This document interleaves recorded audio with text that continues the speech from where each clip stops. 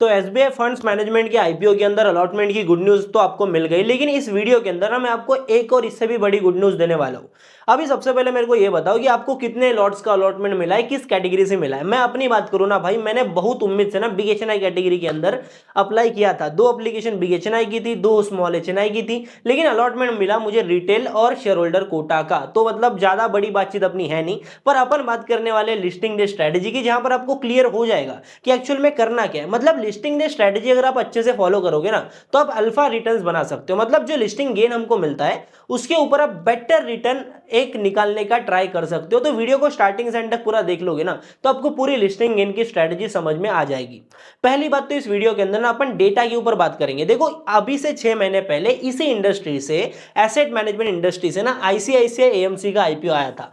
इसके अंदर और एसबीआई फंड्स मैनेजमेंट के अंदर ज्यादा कुछ फर्क नहीं है। दोनों का इश्यू साइज लगभग सिमिलर सा है, दोनों की रेवेन्यू प्रॉफिट ग्रोथ लगभग सिमिलर सी है। अभी दोनों के ही सब्सक्रिप्शन को अपन एनालाइज करेंगे, जीएमपी भी लगभग सिमिलर था, और हम ट्रेंड को एनालाइज करने की कोशिश करेंगे, जिससे कि अपन अपना best decision listing day strategy का इस वीडियो के अंदर बना सके। तो वीडियो को स्टार्टिंग से एंड तक पूरा देख लेना। बाकी अगर वीडियो को स्किप करके देखोगे तो हो सकता है कि आप मिस इंटरप्रिट कर जाओ वीडियो को, जिससे कि मतलब लेने के देने भी पड़ सकते हैं। तो ध्यान से वीडियो को स्टार्टिंग से एंड तक पूरा देख लेना। बाकी वीडियो को अभी तक आपने लाइक नहीं किया तो लाइक के बटन को दबा दो। सीधा अपन वीडियो में चलते हैं।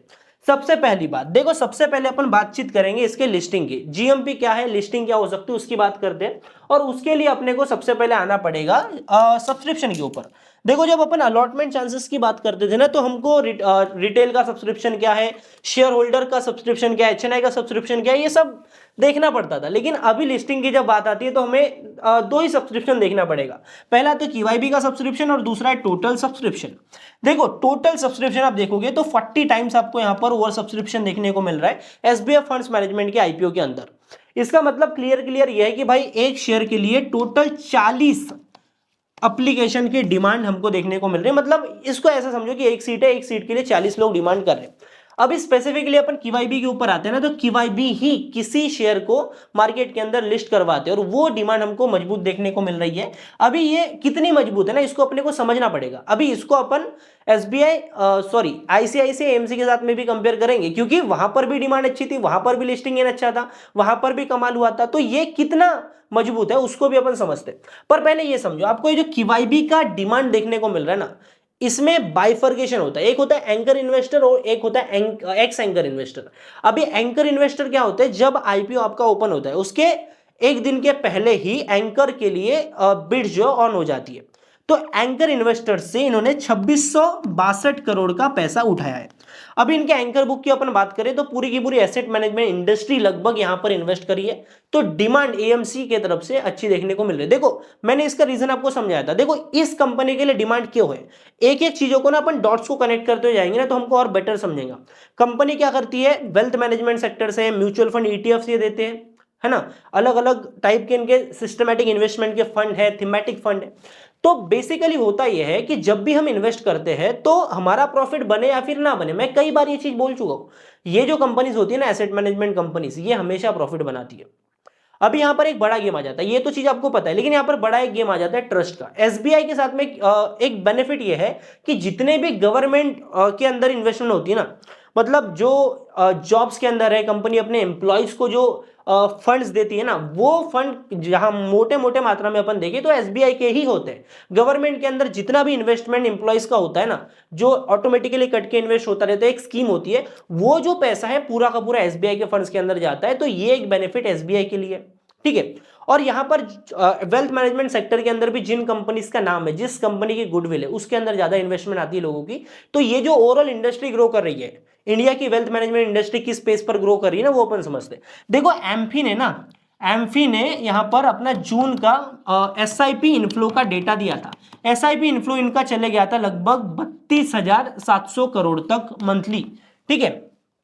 ये डेटा थोड़ा ऊपर नीचे हो सकता है, पर जहां तक मुझे आता है ये इतना ही देखने को मिल रहा है। और 32,100 करोड़ का था जून के एक महीने पहले, यानी मई के अंदर। तो month on month SIP inflow के अंदर ग्रोथ देखने को मिल रही है। अभी जो नए लोग एसआईपी खोलते हैं ना, तो ये गुडविल देखते हैं पहले कंपनी की। जैसे एसबीआई गुडविल अच्छी एसबीआई की, मतलब एसबीआई काफी ज्यादा ट्रस्टेड कंपनी है, इसके अंदर ज्यादा आएगा। और यहाँ पर आपका आईसीआईसीआई के अंदर भी अच्छा वो जो है इनपुट आने वाला है एसआईपी इनफ्लो का। तो ये चीज होती है। तो इन दोनों ही कंपनी के अंदर हमको ग्रोथ देखने को मिल रही है। अभी जब आगे हम पीयर कंपैरिजन करेंगे ना वैल्यूएशन को समझने के लिए, तब आपको ये चीज और भी बेटर समझ में आएगी। देखो अभी पहले समझते हैं डिमांड और सप्लाई कैसे क्रैक करेंगे अपन। देखो ये जो 140x का सब्सक्रिप्शन हमको देखने को मिल रहा है ना, ये देखने को मिल रहा है हमको लगभग 18% के रिजर्वेशन के ऊपर, क्योंकि 18% है आपके एक्स एंकर, और आपका जो एंकर इन्वेस्टर होते हैं ना, एंकर इन्वेस्टर्स के लिए जो कोटा रखा गया था वो रखा गया था 27% का। अब ये जो एंकर इन्वेस्टर्स का कोटा है ना, ये लॉक इन होता है 6 महीने के लिए, इसके 50% शेयर लॉक इन होते हैं, 3 महीने के लिए 50% और अगले 3 महीने के लिए 50%। मतलब ये जो शेयर्स होगा इमीडिएटली सप्लाई आएगा नहीं। अभी मार्केट में सप्लाई कहां से क्रिएट होगी? सप्लाई क्रिएट होगी आपकी शेयर होल्डर कैटेगरी से और आपकी रिटेल कैटेगरी से। मतलब कितना हो गया आपका जो ओवरऑल आपका इश्यू है ना, उसका पोर्शन मैं समझाता हूं आपको। देखो 32.7% आपका क्या हो गया? रिटेल कोटा हो गया। वहां पर अपन 7% का ऐड कर देते हैं लगभग आपका शेयर होल्डर कोटा। ओवरऑल कितना हो जाता है? ये ओवरऑल हो जाता है लगभग 40% का।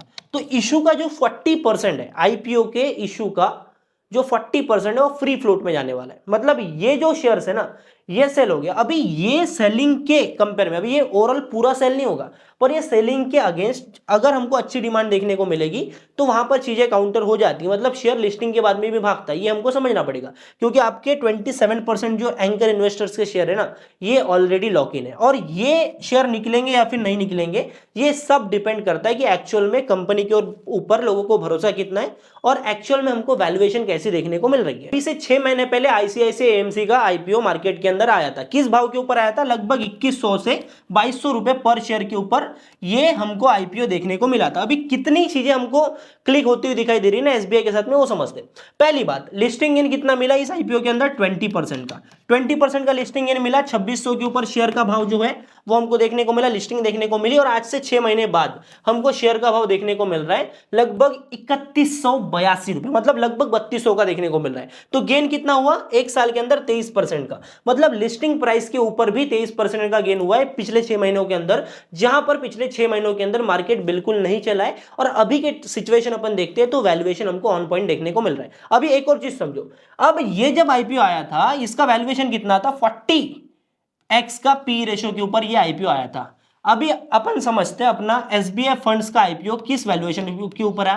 एसबीआई फंड्स का आईपीओ आपका है 38 के पी रेशियो के ऊपर। एक एडवांटेज देखने को मिल रहा है कि इस आईपीओ के वैल्यूएशन के नीचे हमको एसबीआई फंड्स मैनेजमेंट का आईपीओ देखने को मिल रहा है। अभी हम आते हैं कंपनी के फंडामेंटल्स के ऊपर। देखो पहली बात, एसबीआई फंड्स मैनेजमेंट इंडिया की सबसे बड़ी एसेट मैनेजमेंट कंपनी है, तो मार्केट लीडर को ना एक प्रीमियम मिलना चाहिए। और वो वैल्यूएशन कब आएगा? जब मार्केट के अंदर इसकी लिस्टिंग होगी, तब वो वैल्यूएशन मार्केट के अंदर आने वाला है। मतलब कंपनी की जो वैल्यू है वो हमको निकलती हुई दिखेगी। अभी सबसे पहले अपन समझते हैं कि यहां पर एक्चुअल में कंपनी के रेवेन्यू प्रॉफिट किस तरीके से ग्रो कर रहे हैं। उससे पहले आप ये समझो, रिटर्न ऑन इक्विटी 33% का, ठीक है, पैट मार्जिन 70% के, एबिटा मार्जिन 94% का है। और अब ग्रोथ की मैं बात करूं तो रेवेन्यू के अंदर 17% की ग्रोथ है और नेट प्रॉफिट के अंदर 20.8, मतलब लगभग 21% की ग्रोथ है। अभी आप यहां पर आईसीआईसीआई के केस में देखोगे तो year on year revenue growth हमको 20% की देखने को मिल रही है और year on year profit growth लगभग 23% की देखने को मिल रही है।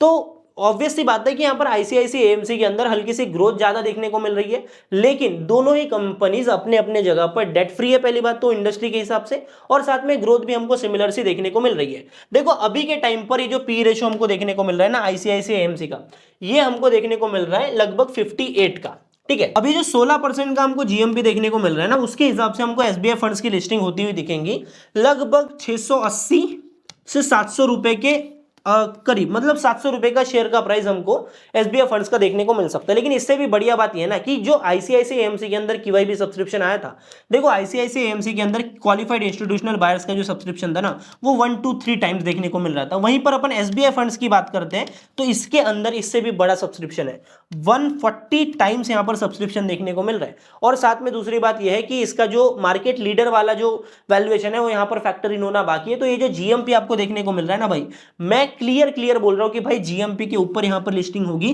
और इन केस जीएमपी के नीचे लिस्टिंग होती है तो भाई मतलब मैं तो भाई भर भर के इसमें शेयर को परचेस करने वाला हूं, क्योंकि अगर जीएमपी के अगर 15% का भी गेन नहीं देती तो भाई वैल्यूएशन क्या ही रह जाएगी। आप ये समझो, मैं मान के चलता हूं कि इसकी जो लिस्टिंग होगी ना, याद रखना, अभी सीधा सीधा बोल रहा हूं, मैं मान के चलता हूं कि भाई इसकी लिस्टिंग 20% के ऊपर हो रही है, ठीक है, और 20% के लिस्टिंग के बावजूद भी फर्स्ट डे के अंदर हमको सेलिंग प्रेशर ना के बराबर देखने को मिलेगा, जिसके वजह से स्टॉक के अंदर स्ट्रेंथ आएगी, ठीक है, स्टॉक के अंदर स्ट्रेंथ आएगी। इसका मतलब यह है कि हमें एक्चुअल में स्ट्रेटेजी क्या होनी चाहिए वो अपन समझते हैं। पहली बात, अगर आप सीरियल आईपीओ इन्वेस्टर हो कि आपको एक आईपीओ से पैसा निकालकर दूसरे आईपीओ में डालना है, जैसे कि अभी कैलिबर का आईपीओ आ रहा है, तो आप क्विकली उसको निकाल सकते हो, ठीक है। पहली बात तो ये है, जो सीरियल आईपीओ इन्वेस्टर है उनके लिए बता रहा हूं। जो सीरियल आईपीओ इन्वेस्टर नहीं है या फिर जिनको कंपनी के ऊपर फेथ है, ऑप्टिमिस्टिक लोग हैं, उनके लिए मैं आपको ये बता रहा हूं अभी लिस्टिंग डे की स्ट्रेटेजी। पहली स्ट्रेटेजी तो ये होगी कि सेल करना है, तो 20% के लिस्टिंग के हिसाब से आपका जो पी रेशियो बनेगा वो बनेगा लगभग 45 to 47 का हो सकता है। इस रेंज के अंदर हमको प्राइस टू अर्निंग रेशियो देखने को मिलेगा। और स्टिल ये जो प्राइस टू अर्निंग रेशियो इस कंपनी के लिए, जो कि कंपनी साल का लगभग 20% का अपना प्रॉफिट आफ्टर टैक्स के अंदर ग्रोथ दिखा रही है, उसके लिए वैल्यूएशन कम ही होने वाला है। मतलब आप ये समझो कि 6 महीना जब मार्केट नहीं चला तब ये कंपनी ने इतने अच्छे रिटर्न बना के दी है, तो जब मार्केट चलेगा, ठीक है, और एक मार्केट लीडर आ गया, तो वैल्यूएशन के अंदर भी हमको एक शिफ्ट देखने को मिलेगा, तब कंपनी और भी बेहतर कर सकती है। अभी लिस्टिंग डे की स्ट्रेटेजी की बात करें तो अभी जितने भी आईपीओ आपको देखने को मिल रहे हैं ना, उनके अंदर एक सिमिलर सा आपको ट्रेंड देखने को मिलता है, ठीक है, एक सिमिलर सा ट्रेंड है। मैं कई बार लिस्टिंग डे की स्ट्रेटेजी की वीडियो बनाया हूं और हर बार ये चीज बताता हूं, और हर बार ये चीज होती है। एलजी का आईपीओ आया, बजाज हाउसिंग फाइनेंस का आईपीओ आया, कितने कितने आईपीओ, वारी का आईपीओ, सब हर एक आईपीओ जो नाम लोगे ना, जोमेटो का आईपीओ, हर एक आईपीओ के अंदर एक चीज होती है, एक पर्टिकुलर प्रीमियम के ऊपर लिस्टिंग होती है, उसके बाद में एक थोड़ा ऊपर शेयर भागता है, उसके बाद में नीचे आता है और नीचे गिर जाता है। कभी कभी कोई कोई शेयर होते हैं जो यहां से सपोर्ट लेके ऊपर भी निकलते हैं, लेकिन मेजॉरिटी शेयर जिनके अंदर वैल्यूएशन अच्छी नहीं है वो गिर जाते हैं। अभी ये शेयर ऐसा नहीं है कि भाई एसबीआई के अंदर हमको ये वाली चीज देखने को मिलेगी, ये थोड़ा मुश्किल है। यहां पर एक राउंडिंग बॉटम चार्ट पैटर्न भी बनता है और यहां पे मैंने कई बार प्रॉफिट बनाया, तो वो बात अलग है, पर यहां पर वो चीज देखने को नहीं मिल रही है। पर हमें जो स्ट्रैटेजी प्ले करना है ना, हमें अपने गेन्स को बचाना है, तो आप पहले बात ये समझो, देखो पहले दिन अगर आपको ये स्ट्रैटेजी के साथ में जाना है तो पहले दिन तो आपको सेल नहीं करना है, ठीक है। पहले दिन आपने शेयर को होल्ड किया तो एक कैंडल आपको फॉर्म होती हुई दिखेगी, ठीक है। हो सकता है कि भाई रेड हो सकता है कि ग्रीन हो, क्योंकि लिस्टिंग प्राइस के नीचे आया थोड़ा भी शेयर तो ग्रीन रेड बन जाएगी, ठीक है। तो आपको डे 1 के लो को मार्क करना है, ठीक है, डे 1 के लो को मार्क करके प्रॉफिट को राइड करना है, ठीक है।